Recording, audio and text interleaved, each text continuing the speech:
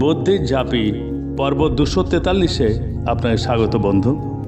এখানে 3টে ঘরের 3টে ছবি আছে এবং একটা ঘর ফাঁকা আছে। 1, 2, 3 পরপর 3টে ছবি থেকে একটা করে অক্ষর নিয়ে একটা অর্থপূর্ণ শব্দ বানাতে হবে, যেটা বসবে চতুর্থ ঘরটায়, যা আপনি নিশ্চয়ই পারবেন। আপনি ভাবার জন্যে 20 সেকেন্ড সময় পাবেন। তারপর আপনি আপনার উত্তর কমেন্ট বক্সে লিখে দিন।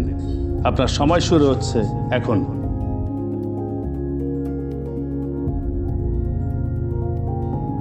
এইরকম আরও ধাঁধা পেতে আমার ফেসবুক প্রোফাইলটা ফলো দিয়ে রাখুন এবং আইবি ক্রিয়েশনস ইউটিউব চ্যানেলটা সাবস্ক্রাইব করে রাখুন। এই পর্বের সঠিক উত্তর আগামী পর্বে জানিয়ে দেওয়া হবে। সময় শেষ। পর্ব 242-এর উত্তর পনির। পরবর্তী ধাঁধার আসর বুদ্ধির ঝাঁপিতে আপনার সঙ্গে আবার দেখা হবে। ভালো থাকবেন। ধন্যবাদ।